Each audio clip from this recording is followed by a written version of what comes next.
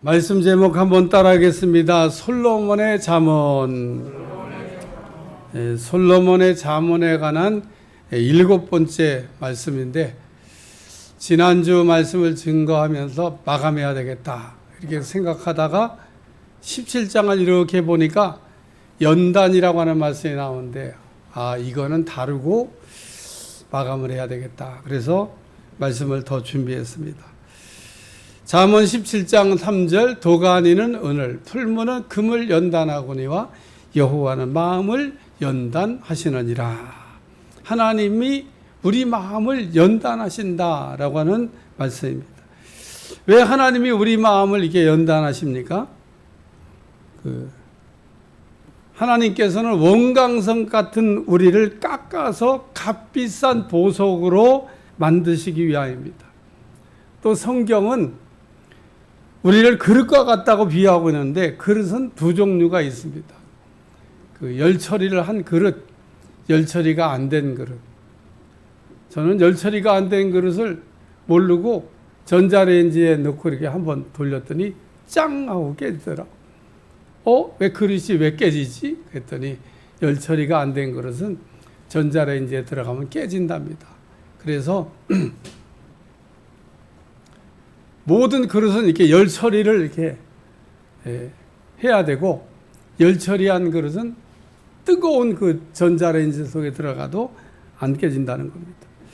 하나님이 우리 마음을 연단하신 이유는 온전한 그릇, 또 굳건한 그릇, 강한 그릇으로 만들어 주시기 위함이라는 겁니다. 베드로전서 5장 10절, 모든 은혜의 하나님 곧 그리스도 안에서 너희를 부르사 자기의 영원한 영광에 들어가게 하신 이가 잠깐 고난을 당한 너희를 친히 온전하게 하시며 굳건하게 하시며 강하게 하시며, 아멘도 안 하시네. 친히 온전하게 하시며 굳건하게 하시며 강하게 하시며 터를 견고하게 하시리라. 하나님이 우리를 이렇게 연단하시는 것은 우리 그릇을 이렇게 온전하게, 굳건하게, 강하게 만드시려고 하는 거다는 겁니다.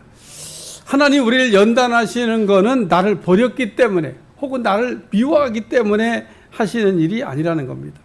물론 우리가 잘못할 때 하나님께서 연단을 하는 경우도 간혹 있습니다만은, 하나님이 우리를 이렇게 연단하시는 것은 깎아서 다듬어 가지고 보석을 만드시려고 하는 거다라는 겁니다. 그러면 하나님이 우리를 어떻게 연단하시나? 하나님이 우리를 연단하는 방법은 사람마다 조금씩 다릅니다. 왜 하나님 저 사람은 저렇게 연단하는데 하나님 난 이렇게 연단해요, 이렇게 얘기하시면 안 돼요.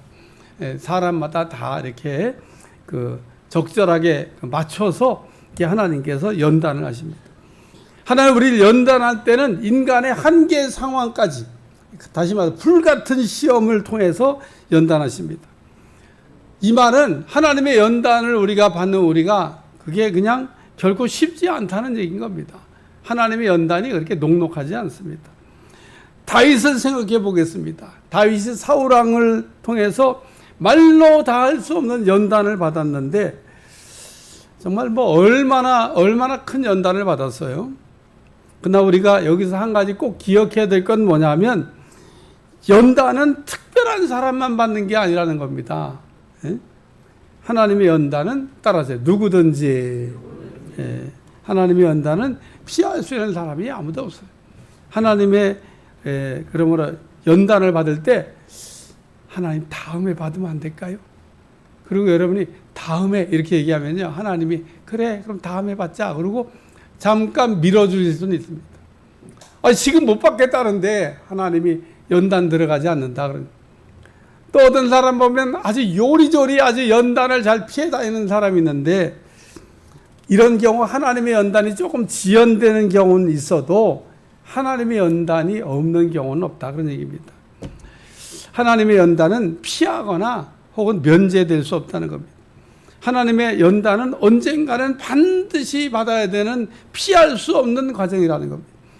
단지 어떤 특별한 목적을 위해 쓰임받아야 될 사람은 더 많은 연단을 이렇게 받거나, 그렇지 않은 사람은 조금 이렇게 연단에 구별이 있을지는 몰라도 하나님의 부르심을 받은 사람들은 예외 없이 전부 연단이라는 과정을 거친다는 겁니다. 어떤 목사님이 너무 연단이 힘들었나 봐요. 그래서 하나님 옆에 기도했대요. 하나님 너무 연단이 힘이 듭니다. 예? 나같이 이렇게 뭐 별로 이렇게 쓸모도 없는 사람 뭐 이렇게 하나님 연단을 하십니까? 그리고 하나님께 기도하니까 하나님이 아주 분명한 음성이 이렇게 들렸는데 하나님이 이렇게 말씀하시더라는 겁니다. 내가 너를 얼마나 공들여 훈련하며 내가 너에게 얼마나 투자하며 내가 너를 쓸모없다고 하는데 네가 왜 너 자신을 쓸모없다고 그러냐? 너는 쇠가 대장장이에게 연단받는 것만 생각하느냐? 쇠를 연단하는 대장장이는 얼마나 힘이 들고 쇠를 연단하는 대장장이의 수고는 생각하지 않느냐? 그리고 내가 너와 함께 울었고 내가 너와 함께 아파했으며 내가 너를 바라고 기대하는 게 있다. 이런 음성을 듣고 어렸을 때 대장간에 가서 쇠 달구는 거를 이렇게 생각이 났대요. 여러분, 쇠를 이렇게 이렇게 달구기 위해서는 풀물을 1000도까지 올려야 되는데 여러분, 불을 1000도까지 올리려면 얼마나 풀무질을 해야 될 것 같아요. 예? 그러니까 이 대장장이의 수고가 쉽지 않다는 겁니다. 또 거기다가 아주 1000도 속에서 뜨거운 쇠를 이렇게 끌어낼 때 얼굴에 이렇게 쇠 가면을 써야 된다는 거예요. 왜냐하면 화상 입을 수 있으니까. 그리고 꺼내내는 것도요, 그게 쉽지가 않습니다. 벌겋게 달군 쇠를 꺼내갖고 또 그냥 둡니까? 하마로 막 두들겨가지고 그 쇠를 이렇게 두들기는 거 얼마나 힘든 과정이에요. 그러나 하나님이 원광석 같이 볼품없는 우리를 깎아서 보석 만들기 위해서 이렇게 연단하신 수고를 하신다는 거 잊어버리지 않길 주가 축원합니다. 잠언 17장 1, 2절 마른 떡 한 조각만 있고도 화목하는 것이 제육이 집에 가득하고도 다투는 것보다 나으니라. 슬기로운 종은 부끄러운 짓을 하는 주인의 아들을 다스리겠고 또 형제들 중에서 유업을 나누어 얻으리라. 사람들은 돈이 없기 때문에 불행하고 돈만 많으면 행복할 거라고 하는 생각을 합니다. 그러나 우리의 행복은 돈의 많고 적음에 사실은 상관이 없습니다. 이 말씀이 깨달아질 수 있기를 주님 축원합니다. 만약에 돈이 없어 불행하고 돈 많으면 행복하다 그러면요, 재벌은 전부 다 행복해야 되고 우리 같이 재벌 아닌 사람들은요 다 불행해야 돼요. 또 한번 생각해 보시기 바랍니다. 돈이 적은 사람이 다툼이 많겠어요? 돈이 많은 사람이 다툼이 많겠습니까? 결론은요, 돈이 적어도 싸우고 돈이 많아도 싸웁니다. 그러니까 돈이 많고 적음에 다툼이 달린 게 아니라는 거예요. 돈이 적으면 안 싸우고 뭐 돈이 많으면 싸우고 그런 것도 아닙니다. 돈이 많으면 또 안 싸우고 돈이 적으면 싸우고 그것도 아닙니다. 우리는 돈이 많고 적음에 관계없이 다툼이 일어나고 있다는 겁니다. 그러므로 우리의 다툼은 돈의 많고 적음 때문이 아니라 우리 마음이 변화가 일어나지 않았기 때문이다 하는 겁니다. 그러므로 우리는 하나님께 연단을 받아서 마음의 변화가 일어나야 마른 떡 한 조각을 가지고도 화목하고 감사한 삶을 살아가게 될 줄로 믿습니다. 오늘 이 시간 우리는 하나님의 연단을 받으면 마음이 어떻게 이렇게 변화가 일어나는지, 또 우리가 하나님의 연단을 받을 때 어떻게 해야 되는지, 그리고 우리가 연단을 잘 받고 나면 우리에게 어떤 유익이 일어나는지를 생각하면서 은혜 받으려고 합니다. 첫 번째, 연단은 낮추는 것. 따라 연단은 낮추는 것. 왜 하나님이 우리 마음을 연단하시는 겁니까? 하나님이 우리 마음을 연단하시는 것은 높아진 마음을 이렇게 낮춰 주시기 위함이라는 겁니다. 우리는 태어날 때부터 교만하고 교만하게 살다가 교만 때문에 우리의 인생은 결국 이제 죽게 되는 겁니다. 우리 인간은 태어날 때부터 체질적으로 교만한 가운데 출생을 했습니다. 따라서 우리는 배우지 않아도 잘하는 거, 잘난 척하는 걸 잘합니다. 교만하다 그런 얘기죠. 또 우리는 항상 자기는 의롭대요. 자기 의를 이렇게 주장합니다.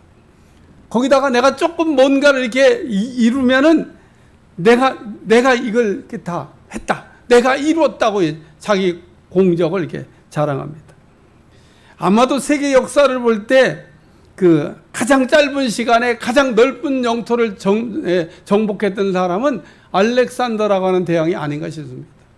이 사람은 30대 이전에 그 앞에 있던 어떤 강대국도 하지 못했던 그 넓은 땅을, 인도까지 와서 인도까지, 조금 더 그분이 살았으면요, 이게 일본까지 갔을 거예요 아마. 근데 알렉산더가 33살에 죽음을 맞이하지 않습니까? 젊은 날에 이게 죽음을 맞이하고 곧 죽을 거라고 생각할 때 얼마나 참 그랬겠어요. 근데 이 알렉산더가 죽을 때 묘한 유언을 남깁니다. 신하들한테. 내가 죽거든 관에다가 구멍을 뚫고 손을 이렇게 내놔라. 그 알렉산더 대왕이 죽기 전에 소원이라고 그러고 관에다 구멍 뚫고 손을 내놓으라 그러니까 그거를 어길 사람이 어디 있어요. 그래서 알렉산더 대왕 관이 나갈 때 이렇게 관에서 손이 나와가지고 손이 덜럭덜럭 했다는 겁니다. 신하들이 보고 뭘 깨달아야 되겠어요? 내가 젊은 날에 그렇게 넓은 영토를 차지하고 정복했지만 갈 때는 빈손으로 간다. 이런 거를 이렇게 가르쳐 줬잖아요. 그런데 알렉산더 대왕이 죽은 후에 그의 그 신복들이 조금이라도 자기가 땅을 더 차지하기 위해서 아주 피 터지게 싸웠다는 얘기 아닙니까? 알렉산더가 그 남겨주고 한 교훈을 제대로 깨닫지를 못했다. 그런 얘기입니다. 하나님은 교만한 우리를 이렇게 낮추시기 위해서 연단이라고 하는 과정을 통해 가지고 겸손하게 만드신다. 이스라엘 백성들이 광야 40년 길을 걸었는데 그거는 그들의 교만 때문이었다는 겁니다. 이스라엘 백성들은 출애굽한 거나 홍해바다를 마른 땅같이 걷는 거나 마라의 쓴물을 단물같이 바꾼 거를 마치 자기들이 한 것처럼 이게 착각을 했습니다. 요셉은 보디발의 아내의 모함을 받아가지고 시위대장의 감옥에 갇히게 됐는데 이때 왕을 수종들던 그 신하 두 사람이 들어왔습니다. 요셉은 두 사람이 꿈을 해석하게 됐는데 요셉은 왕의 섬기는 신하들의 꿈을 해석할 때 말로는 꿈의 해석은 하나님께 있습니다 라고 얘기했지만 마치 자기가 꿈을 해석한 것처럼 이야기를 했다는 겁니다. 그러나 다니엘은 느부갓네살 왕의 꿈에 해석하는 걸 보세요. 하나님을 전폭적으로 의지하고 하나님이 가르쳐 주시는 대로 꿈을 해석함으로 하나님께 영광을 돌렸다. 할렐루야. 이스라엘 백성들은 가데스 바네아라는 곳에서 정탐꾼을 들여보내기로 가나안 땅에 정탐꾼을 들여보내기로 결의합니다. 왜 이스라엘 백성들이 가나안 땅에 정탐꾼을 들여보내려고 한 거? 그게 뭐냐? 그게 교만이라는 겁니다. 이스라엘 백성들이 가데스 바네아까지 온 거 하나님의 은혜로 왔는데 마치 자기들의 힘으로 가나안을 정복할 것처럼 생각을 했다는 겁니다. 그러므로 교만했던 이스라엘 백성들이 정탐꾼들이 돌아와서 보고하는 얘기를 듣고 방송대곡하며 얘기하기를 우리가 애굽으로 돌아가자고 얘기합니다. 하나님 그동안 행하셨던 걸 다 잊어버린 거죠. 하나님이 행하신 걸 잊어버리고 어려운 문제 앞에서 낙심하고 포기하는 거 교만이라는 겁니다. 우리 하나님 앞에 마음을 그러므로 겸손하게 낮춰야 된다는 거예요. 우리의 모든 걱정과 근심이 어디에서 오는 거냐? 교만에서 온다는 겁니다.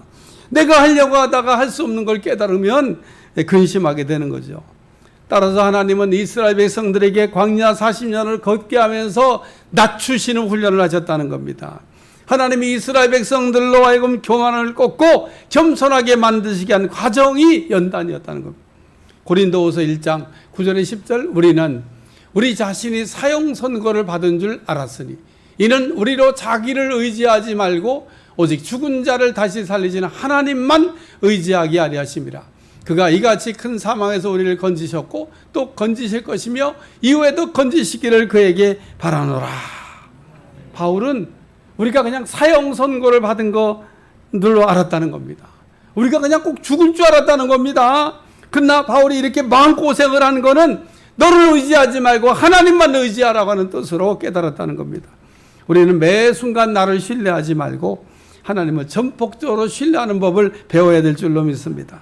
사무엘상 7장 12절 사무엘이 돌을 취하여 미스바와 센 사이에 세워 이르되 여호와께서 여기까지 우리를 도우셨다고 그 이름을 에베네셀이라 하니라. 사무엘이 돌을 취하며 하나님이 여기까지 도우셨다고 하면서 기념비를 세우고 도움의 돌이라고 하는 에베네셀이라고 불렀다는 겁니다. 하나님이 지금까지 나를 도와주신 것을 믿습니까? 그렇다면 하나님은 오늘도 도와주실 것이고 내일도 도와주실 것이고 앞으로도 계속해서 도와주실 것입니다. 이스라엘 백성들은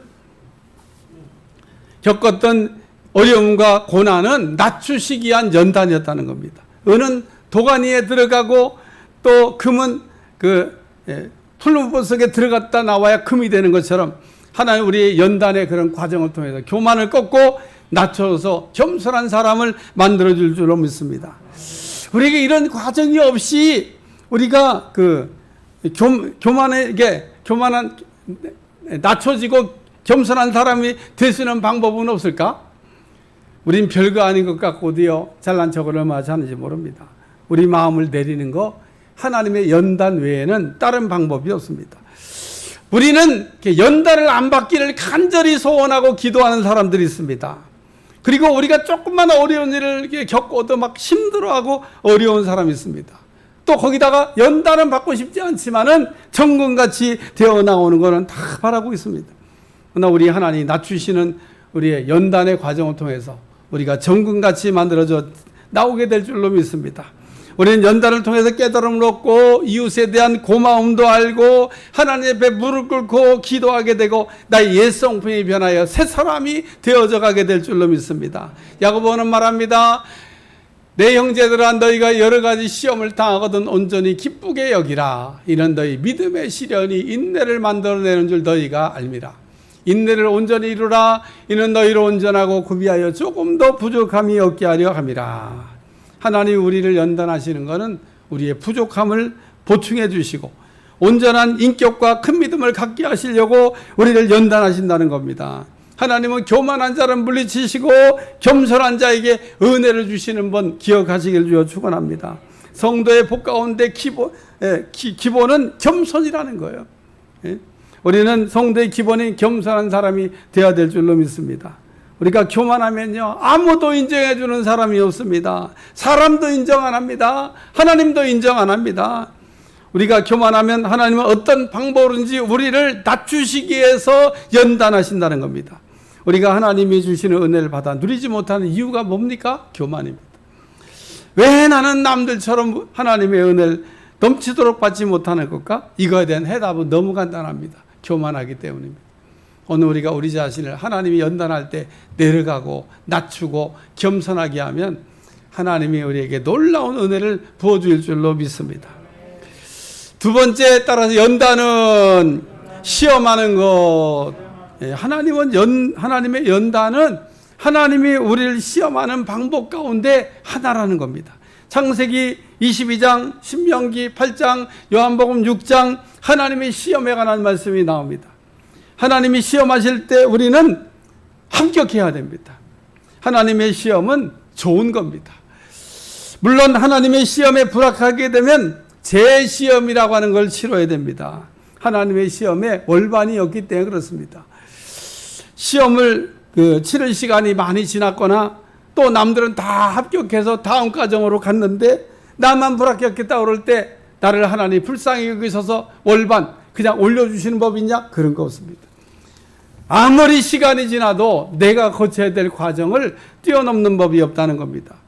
예전에 특례 입학이라고 하는 제도가 만들어지면서 성적이 좀 모자라도 서울대학교에 입학을 시켜준 적이 있습니다. 그래서 이 학생이 서울대학교에 특례 입학으로 들어갔는데 그만 끝까지 학교 못 다니고요. 자진해서 퇴학했습니다. 왜 그랬냐? 가서 학생들하고 같이 공부하는데 수업을 따라갈 수가 없는 겁니다. 선생님이 이거 이렇게 알죠? 그러고 왜냐하면 거기 온 학생들은 그 정도는 다 해야 되니까 알죠? 그러고 설명도 안 해. 그러니 자기는 따라갈 수가 없는 겁니다. 그래서 조금 다니다가 도저히 따라갈 수가 없어가지고 학교를 그만뒀다고 하는 얘기입니다. 오늘 우리가 하나님의 시험에 치를 때 그러므로 반드시 합격해야 될 줄로 믿습니다. 이렇게 하나님의 시험에 합격하는 사람은 하나님이 쓰신다는 거예요. 하나님의 우리를 연단하는 목적은 불같은 시험에 합격해야 됩니다. 하나님의 불같은 시험에 합격한 사람은 불 속에 들어가더라도 넉넉하게 감당하고 승리하게 될 줄로 믿습니다.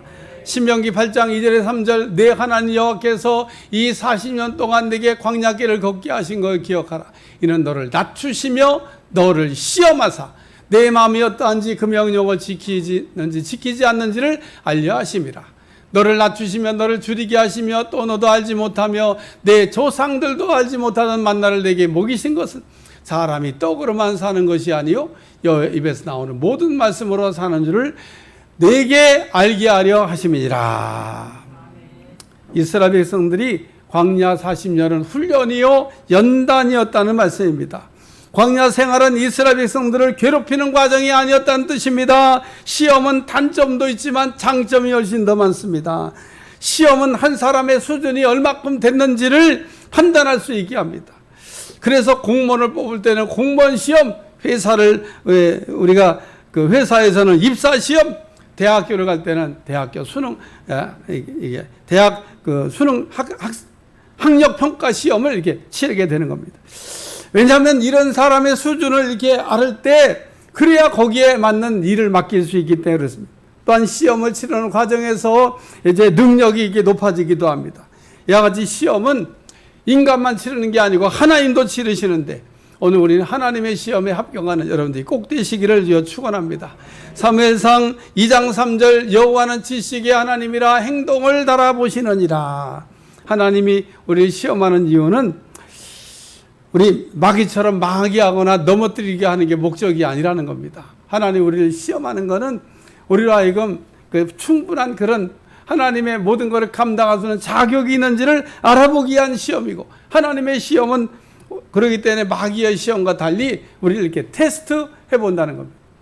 마귀는 우리를 이렇게 유혹하지만은 하나님은 우리를 이렇게 테스트해서 우리가 거기에 합격하게 하면 상하는 은혜와 축복을 주시는 줄로 믿습니다. 사무엘상 16장 7절 사람은 외모를 보거니와 나 여호와는 중심을 보느니라.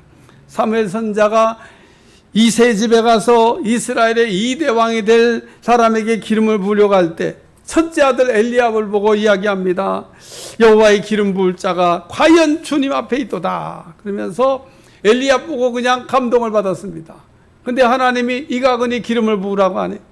그래서 아들들이 다 지나갔는데도 얘기 안 하다가 어린 다윗이 왔을 때 이가근이 기름을 부으라고 하시면서 사람은 외모를 보거니와 나는 중심을 보느니라. 그러므로 하나님 우리의 마음이 요동치 않는 굳건한 마음을 가진 사람을 들어 쓰신다는 거예요. 또한 하나님은 순종하는 사람을 들어 쓰신다는 겁니다. 하나님은 우리가 순종하는 사람이 되었는지 아직도 그게 안 됐는지를 확인하기 위해서 시험하신다는 겁니다. 이스라엘 대왕 사울은 순종 시험에 불합격했던 사람입니다. 처음부터 그랬냐? 처음부터는 안 그랬습니다. 처음에는 아주 순종 잘하는 사람이 있는데 이 세상에 자리에 앉더니 사람이 바뀌었어요. 어떤 사람은 그렇기 때문에 자리에 앉기 전에는 잘하는데 자리에 앉고 못하는 사람도 있고, 어떤 사람은 자리에 앉기 전이나 자리에 앉을 때나 잘하는 사람이 있는데 우리는 변함없이 하나님 앞에 잘 쓰임받는 사람 되시기를 축원합니다.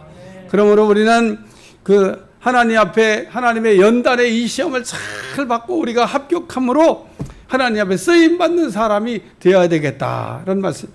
세 번째 말씀은 따로 연단은 축복을 받게. 하나님이 우리를 연단을 왜 하시냐? 마침내 복을 주시기 함이라고 성경이 말씀하고 있습니다. 이스라엘 백성들에게 광야 40년은 괴롭힘의 시간이 아닙니다. 하나님께서 이스라엘 백성들을 예비 놓은 그 하나님의 축복을 누리게 하기 위해서 그와 같은 과정을 두셨다는 겁니다. 신명기 8장 7절에 10절 내 하나님 여호와께서 너를 아름다운 땅에 이르게 하시나니 그것은 꼴짝이든지 산지든지 시내와 분천과 샘이 흐르고 밀과 보리의 소산지요 포도와 무화과와 석류와 감람나무와 꿀의 소산지라. 내가 먹을 것에 모자람이 없고 내게 아무 부족함이 없는 땅이며 그 땅에 돌은 철이요 산에서는 동을 캘 것이라. 내가 먹어서 배부르고 내 하나님 여호와께서 옥토를 내게 주셨으므로 말미암아 그를 찬송하리로다. 우리 하나님 우리에게 복을 주시는 복을 받아 누리기 위해서는 그릇이 필요합니다. 이스라엘에서는 광야 40년 동안 그릇 만드는 시간이었다는 겁니다. 우리는 변한 만큼 행복하고 변하지 않는 만큼 불행하다고 하는데 내가 복 담을 수 있는 그릇이 되어 있으면 하나님 주시는 복을 충분히 받아 누리게 될 줄로 믿습니다. 우리는 잘 믿으면 기쁨이 있고 우리가 잘만 믿으면 기쁨이 없습니다. 날마다 주님이 우리에게 주시는 생수 같은 기쁨이 차고 넘치시기를 주여 축원합니다. 토론토 대학에 이해합니다. 제가 한번 예를 들었던 적이 있는데 토론토 대학에서 생화학을 전공한 두 학생이 머리도 좋은 두 학생이 연구실에 남게 됐습니다. 어느 날 교수가 실험실에서 몇 년 동안 수고한 그 두 조기에게 얘기합니다. 한 사람은 남고 한 사람은 나를 도와달라고. 그런데 이 두 사람이요 서로 나가려고 그래. 예? 그 남아가지고 교수님 도우면서 일하기 싫다 그런 얘기죠. 그래서 할 수 없이 두 사람이 동전 던지기 해가지고 한 사람은 떠나고 한 사람 남게 됐는데 실험심을 떠난 사람은 나가가지고 말이에요. 개업도 하고 장가도 들고 돈도 많이 벌고 큰 집도 사고 막 즐겁게 행복하게 사는데 세월이 지나서 어느 날 의사가 된 이 사람이 아침 조간신문을 딱 보는데 깜짝 놀랐습니다. 누가 남을 거냐 그래갖고 자기는 나오고 남았던 그 친구가 그 대학에서 그렇게 고생하더니 세상에 노벨상을 받게 됐다는 겁니다. 예? 그 찰스 하버트 베스트라는 친구가 인슐린이라고 하는 걸 발명하면서 노벨상을 받았다.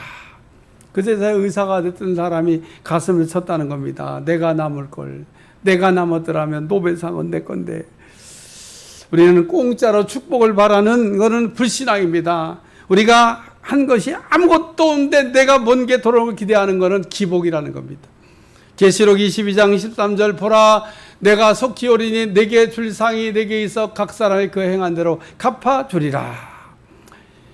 일본에는 순교의 피가 많이 흐르고 있습니다.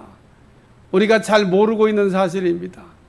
일본의 그 순교사를 읽어보면 정말 그리스도인들이 말로 다 할 수 없는 고난을 받으면서 수많은 사람들이 신앙을 지키기 위해서 죽어나갔습니다.